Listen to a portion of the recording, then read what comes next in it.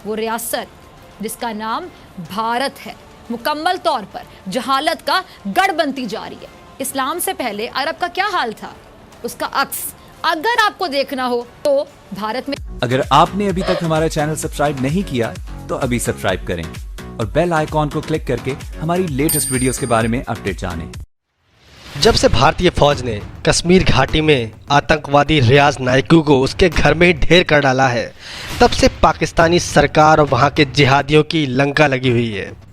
जब से मोदी ने कहा है कि भारत अपने सैनिकों की शहादत का बदला जरूर लेगा, तब से पाकिस्तानी सरकार की इतनी हालत पतली हो गई है कि पाकिस्तानी फाइटर एयरक्राफ्ट 20 घंटे पाकिस्तानी सीमा पर गश्त लगाते रहते हैं और पाकिस्तानी जिहादी जैसे सैयद सलाउद्दीन की तो आत्मा तक सूख गई है।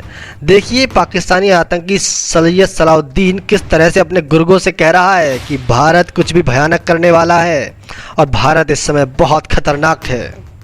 ने भी हालिया हंदवारा राजवार की कार्रवाई में दुश्मन का कमर तोड़ दिया है, लेकिन ग्राउंड रियलिटी यह है कि इस वक्त दुश्मन का पलड़ा भारी है। हमारी कमजोर पॉलिसियों की वजह से, हमारी मुआज़रत खाना अप्रोच की वजह से, आलमी हालात के जबर में आने की वजह से इस वक्त की हमारी पॉलिसी, हमारे फैसले मैदानी कारजार के लिए बहुत ही तकलीफदेह और नुकसानदेह साबित हो रहे हैं। रियाज अहमद नाइकू अल-मारूफ मोहम्मद बिन कासिम एक खूनरेज मारके में जामे शहादत नोश कर चुके हैं। इन्ना लिल्लाहि व इन्ना इलैहि राजिऊन। देखा आपने किस तरह से सैयद सलाउद्दीन की रूह कांपी हुई है और कैसे फातियां पढ़ रहा है राज नाइकू की मौत पर। देखिए आगे क्या कहता है। सिर्फ 1 जनवरी 2020 से आज तक 80 मुजाहिदीन इकराम जामे शहादत नोश कर चुके और सब के सब आला तालीम याफ्ता थे। आज नाइकू की मौत के बाद पाकिस्तानी सरकार और वहां के जिहादी आतंकवादियों के साथ साथ वहां की मीडिया भी तिलमिलाई हुई है। पाकिस्तान को जब से पता चला है कि भारत सरकार ने गिलगिट बाल्टिस्तान को अपने मौसम विभाग में शामिल कर लिया है, तब से तो पाकिस्तान के हर एक मीडिया चैनल में आग सी लगी हुई है। ये देखते हैं फिजा की फेक न्यूज। आज फिजा क्या फेक न्यूज सुनाती है। ये एक हकीकत है कि हमारे प्यारे नबी हजरत मोहम्मद के ऐलान नबूवत से पहले अरब जहालत की तारीकी में डूबा हुआ था। इस्लाम से पहले औरतों की कोई इज्जत नहीं थी, उनका कोई हक ही नहीं था, बल्कि अरब में तो बेटी को जिंदा दफना दिया जाता था, उसे जीने का हक भी नहीं दिया जाता था। इंतहा पसंदी उरूज पर थी, मामूली बातों पर खून खराबा आम था।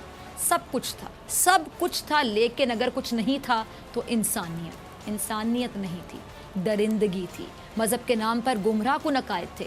यानी अरब में रहने वाले तमाम अफराद पढ़े लिखे थे, बड़े ताजिर, बेहतरीन पहलवान, अपने ज़माने के मशहूर कलाकार, दानिश्वर होने के बावजूद अबू जहल कहलाए। वो रियासत जिसका नाम भारत है मुकम्मल तौर पर जहालत का गढ़ बनती जा रही है। इस्लाम से पहले अरब का क्या हाल था, उसका अक्स अगर आपको देखना हो तो भारत में देखा जा सकता है बासानी। ये तो फर्क है भारतीय दिमाग में और पाकिस्तानी दिमाग में। पाकिस्तान के दिमाग में केवल और केवल जिहाद भरा होता है। तरवा फिजा खान को क्या पता कि अरब के उन जाहिल जिहादियों ने मोहम्मद साहब की फैमिली तक को नहीं छोड़ा। फैमिली तक को उन्होंने पीछा करके सिंध में जाके मारा और वहाँ पर भी बचाने वाला कौन था? एक हिंदू राजा दाहिर था जिसने मोहम्मद साहब की फैमिली को अपने राज्य में पनाह दी थी।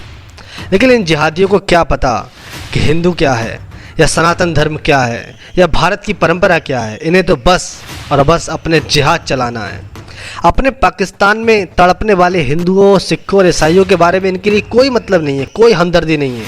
लेकिन बस मुसलमान के नाम पर पूरे दुनिया में भिखारिस्तान, चंदा मांगने के नाम पर ये झूठा प्रोपेगेंडा चलाता रहता है। इसलिए कि भारत में भी सब कुछ है, भारत में पढ़े लिखे अफराद भी हैं, भारत में तिजारत भी होती है, भारत में तरक्की भी किसी हद तक हो रही है, भारत में कई नए शोबे भी तामीर हो रहे हैं, बुलंद इमारतें भी बन रही हैं, भारत में नई टेक्नोलॉजी का इस्तेमाल भी किया जा रहा होगा। लेकिन भारत ही वो रियासत है जिसके अंदर मजहबी जुनूनियत बढ़ती जा रही है, बेलगाम हो चुकी है।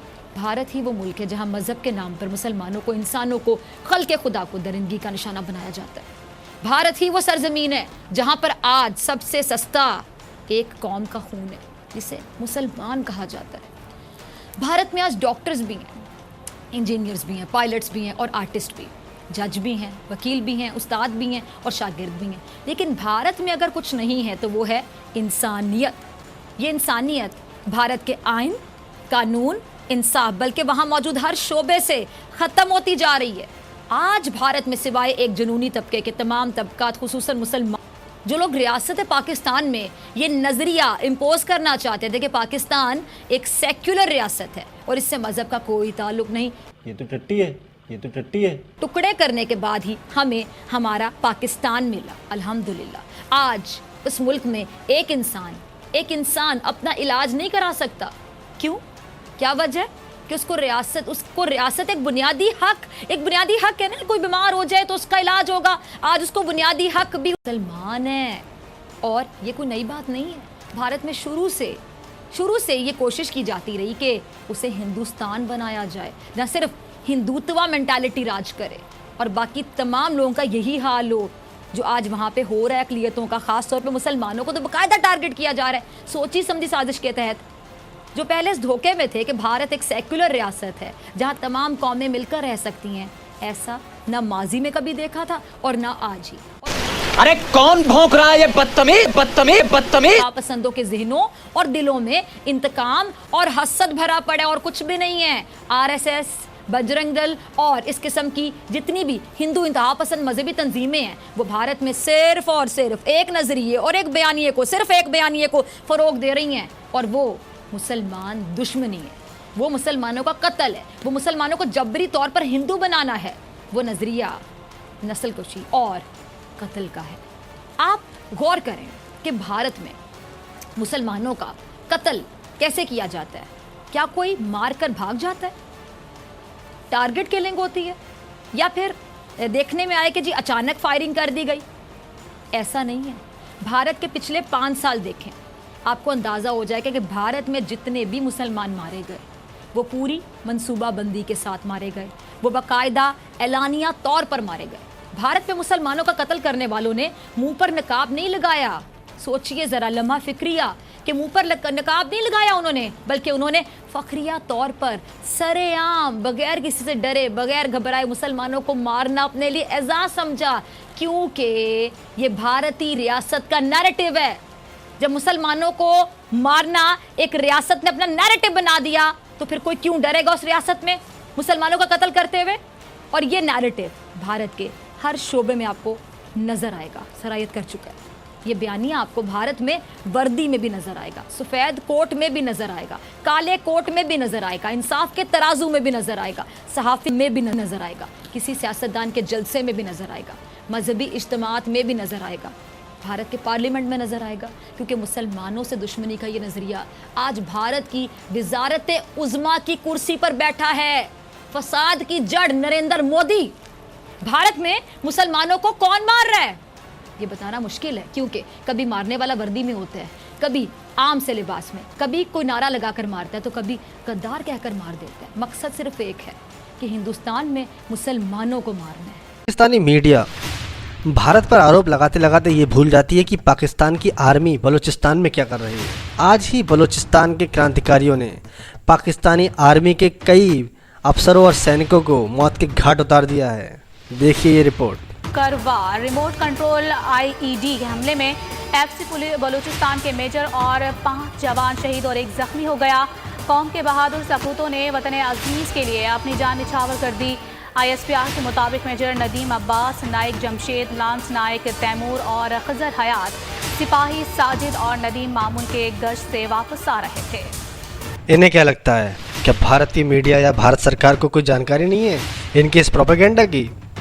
आगे देखते हैं फिजा क्या अपनी फेक न्यूज़ चला रही हैं। हालिया मुस्लिम कुछ फसादात हैं उनमें मुलव्विस RSS के कारकुनों की बजाय भारतीय पुलिस मुस्लिम शख्सियात को गिरफ्तार कर रही है। भारत से मुतालिक आलमी अखबारात जो सुर्खियाँ शाया कर रहे हैं, जो हेडलाइंस उन अखबारात में छप रही हैं, वो भारत में होने वाली तरक्की पर नहीं है, भारत की मुआशी हालत पर नहीं है, बल्कि वो भारत में मुसलमानों समेत दीगर अक़लियतों की हालत ज़ार पर हैं। जर्मन न्यूज़ वेबसाइट ने दिल्ली फसादात पर यह लिखा है कि इन फसादात की आड़ में बजाय जिम्मेदारों को गिरफ्तार किया जाता, भारतीय पुलिस गिरफ्तारी कर रही है तो उन मुसलमान शख्सियात की जो शहरियत तरमीमी कानून के खिलाफ चलने वाली तहरीक में पेश थे। उन पर मुल्क से बगावत या फिर ऐसे सियाह तरीन कवानीन के तहत मुकदमात दर्ज किए जा रहे हैं जिनमें ज़मानत की भी कोई गुंजाइश नहीं है। और दूसरी जानिब पुलिस उन लोगों के खिलाफ कोई कार्रवाई नहीं कर रही जिन पर फसादात बर्पा करने और इश्तियाल फैलाने के इल्ज़ामात लगते हैं। दिल्ली फसादात में 50 से ज़ायद अफराद मारे गए थे जिसमें अक्सरियत मुसलमानों की थी और उन्हीं के जो बेशतर मकानात हैं और कारोबारी मराकज़ उनको नजर आतिश भी किया गया। लेकिन पुलिस ने फसादात के लिए जामिया मलिया इस्लामिया की जो तालिबा हैं सफूरा, अब सुनते जाइए, और मीरान हैदर, जवाहरलाल जो नेहरू यूनिवर्सिटी है, जवाहरलाल नेहरू यूनिवर्सिटी के उमर खालिद, शर्जील बलोच और जामिया ओल्ड बॉयज़ एसोसिएशन के सदर शाफी रहमान को गैर कानूनी सरगर्मियों की रोकथाम के कानून के तहत गिरफ्तार किया जिसमें ज़मानत की भी कोई गुंजाइश नहीं दी गई। सफूरा 3 माह की हामिला है और अदालत ने उन्हें ज़मानत दे दी थी, लेकिन हुकूमत को ये मंजूर नहीं था, इसलिए जेल से बाहर आने से पहले ही उन पर इंसदाद दहशतगर्दी के तहत मुकदमा भी दर्ज कर दिया गया जिसमें ज़मानत की कोई गुंजाइश नहीं है। इन तलबा के अलावा भी बाज़ ऐसी मुस्लिम शख्सियात को गिरफ्तार किया गया जो शहरियत कानून की मुखालफत में पेश थी। भारत ने मकबूजा कश्मीर में भी मुसलमान दुश्मनी के तहत तहरीक आज़ादी के एक और सिपाही रियाज नाइको को शहीद कर दिया। रियाज नाइको कौन था? हिज़्बुल मुजाहिदीन के कमांडर रियाज नाइको का मकबूजा कश्मीर के ज़िला पुलवामा के इलाके बेगपुरा अवंतीपुरा के एक मुतवस्सत घराने से ताल्लुक़ था। देखा आपने, ये फिजा खान राज नाइको को हिजबुल का कमांडर तो ऐसे बता रही जैसे इनके पापा के साथ नौकरी करता था। तो समझ सकते हैं आप इनकी जहालत, जो भारत को बक रही है ये ना, जितना ये इनकी जहालत किस लेवल तक गिर चुकी है। इन्हें ये समझ में नहीं आता कि इनके देश में भी हिंदू जो पहले 23% थे आज 2% पर आ गए हैं। आखिर उनके साथ क्या हुआ? जो सिख की जिनकी ग्रंथी की लड़कियों को किडनैप किया, हिंदुओं की लड़कियों को उनकी शादी में से उठा के ले जाते हैं, ईसाइयों को उनके घरों में घुस के मारा जाता है, ये उनको नज़र नहीं आता। लेकिन भारत में जो जिहादी वैसे हुए हैं बस उनकी मौत पर इन्हें बड़ा ही दुख होता है। तो ये दुख इनका जारी रहेगा मोदी का ये संहार, और जारी रहेगा भारतीय फौज का ये पराक्रम जब तक हमारा पीओके हमें वापस नहीं मिल जाता। दोस्तों, ये थी आज की वीडियो। अगर आपको ये वीडियो पसंद आए तो प्लीज़ इसे लाइक कीजिए, शेयर कीजिए और सब्सक्राइब करना ना भूलिए हमारे चैनल EFCZ को। और हाँ, फिजा खान और पाकिस्तान के बारे में कमेंट करना ना भूलिए। कमेंट करते रहिए। जय हिंद।